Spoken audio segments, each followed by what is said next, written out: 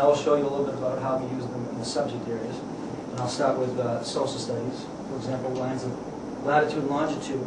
I would use this tool up here for creating lines. So I can create a regular line and move it any way I want. If that's not, if I wanted to make it longer, I can still stretch it out if I need to. I even have arrows. Use a big red line too. But this is something I use quite a bit when going over lines of latitude and longitude. So here we have a map of the world with lines of longitude. And move it up, 30 degrees west, 30 degrees east. And I can have all this practice labeled. So eventually it'll look like this. And a nice thing about this is a difficult concept for them to grasp right away, because as they read lines, for example, if I introduced latitude and I labeled it 0 degrees, and another line, I can just clone this, and label this 20 degrees. And I asked them what the absolute location of this point is. They know they have to read lines of latitude first, and they know they're going north. So when they go north, they see that the 30 is north, so they say 30 degrees north.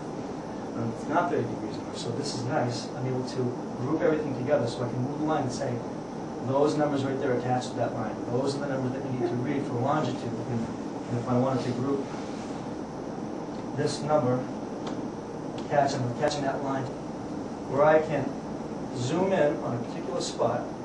I'm able to move the spotlight around. I can change the transparency of it. Okay. In math, negative and positive numbers. What I had just mentioned before about the infinite cloner, that's how I created all of these chips. Now, before the smart board, I was at my overhead and I would have these little transparent red chips and black chips, and I'd be putting them, trying to finagle them on the overhead so that I could model how to add positive and negative integers. With this, it's so much easier, not only for me, but also for the students. As you can see, black chip is +1, a red chip is -1.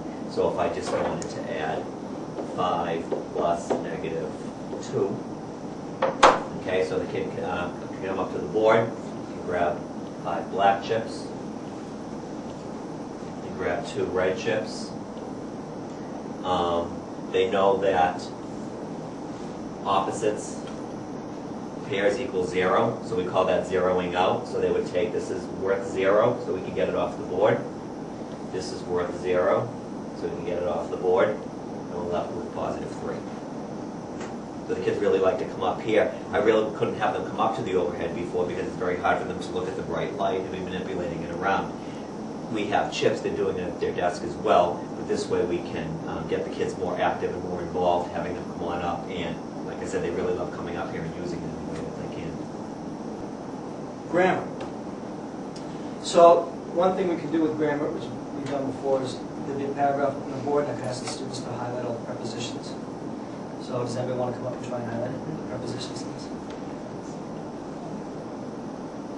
All right, I'll highlight it. Let's see. From, to. This is a really nice tool that he's using. I used it today. I gave them a review on the section in science that we were reading.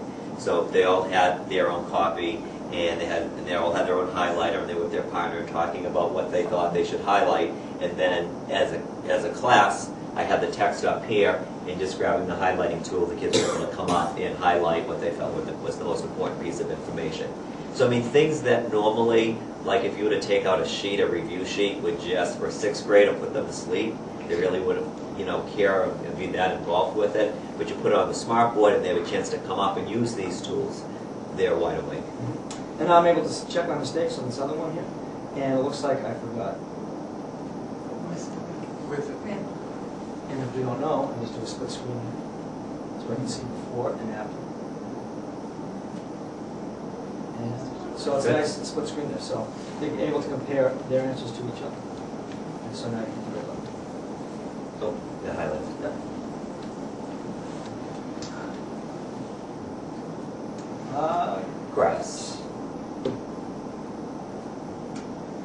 Okay, this is a really nice feature, and Paul's going to show you a little bit later on how you're able to get a lot of graphics, and one graphic that is available with the smart board is a coordinate graph, is a grid. You can size it any way that you would like, but this was a typical lesson at the beginning of the year on coordinate graph, the x-axis, the y-axis, coordinate. You know, focusing on, okay, this is the first quadrant. What you need on a graph, you need a title, you need label, equal intervals, you need to plot your points. Kids did some jumping jacks. They kept track of how many jumping jacks they did every 10 seconds for 1 minute. And this was really nice because I was able to, the kids actually do this on their own, but I was able to demo this because it's hard for the kids to really do this activity without having a demo. So we had somebody up here actually recording the numbers as the kid was doing his jumping jacks, and then actually then just plotting the points. The continents of the world. Can you add your own pictures? You can. They're not available in this gallery, but you are able to download pictures onto your computer and open them up with the smart board. So you're able to put those pictures in here.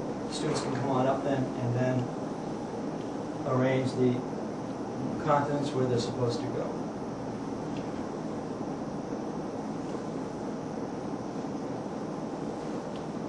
And the nice thing about this too is they're great for labeling. We can take one continent at a time. If we want to label physical features, we're able to write on top of the continent. If you don't like the color of it, you can definitely change the color. So if I just want it to be blank, I just change it to a blank map. Another nice thing is in the past when I've explained continental drift to the students, it's difficult for them to understand how the pieces fit together. So I was able to take South America, rotate a little bit, and show them how it could have fit right inside of that continent. And then they clipped it either. And this is huge. I mean, there are just so many different pictures for all of the subject areas. I mean, that's from math. I can get number lines. I'm sorry about that. So, here they all are. Here, let me drop this down. So the administration and evaluation, arts, English and language arts, geography, history, mathematics, people and culture, science and technology, special needs, sports and yes, probability. This is really great. Probability unit. We use dice a lot. We use spinners a lot. With the smart board, you drag your die on the board, just give it a tap, and there it is. So lots of times in 6th grade, you want to talk about theoretical probability versus experimental probability. So how many times would I expect a 6 to come up if I roll the die 12 times? We can actually come up and do that. If we wanted more than one die, we could go to 2 dice. We could go 3, 4, 5. Another nice feature is the spinner. I actually use this a lot. I have a couple set up with all the kids' names on it. So if I want to randomly call one of the kids, I can call up, depending which group of kids I have, the spinner from the green group, the spinners from the yellow group, and has all the kids' name on it. Just by touching that, it will spin. Now you can set your spinner up to have, maybe you just want 2 sections, or 3, 4, 5, 6, 7, all the way up to 12. Quotations. I did a lesson in English with quotations. So we started off, this is just an abbreviated version. Started off with explaining what a quotation is with a few examples. And we were able to get into some quotation practice. So punctuate the following sentences by moving the punctuation marks below to their proper places and circling any letter that should be capitalized. So students might see right away that this needs to be capitalized. They can circle that. And it looks like Joe might be capitalized. They'll then take their quotation marks. What goes there? Do you like roses or tulips? Ask Joe. So this might end the quote here, and it's a question. So my question mark will go right inside. Ask Joe with a period. Sentence.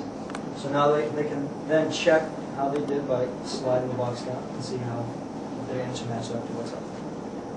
And more practice, they can put the sentence fragments together so they make sense. So stop laughing at me. So these are all the sentences we want to match up to these ones here. These are all out of order. So stop laughing at me, yelled Tyler. Did you feed the cat tonight? Probably asked Dad. But why, demanded Mark, were you so late? So they get a lot of practice like this. The students can come up.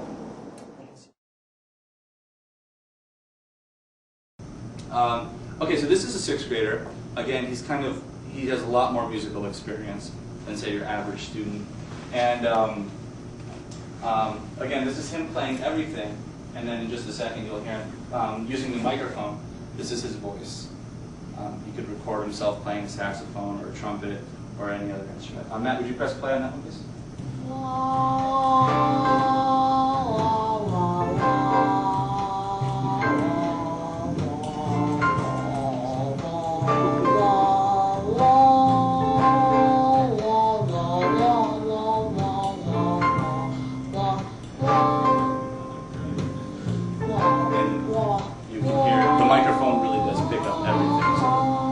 Talking in the background, school bell.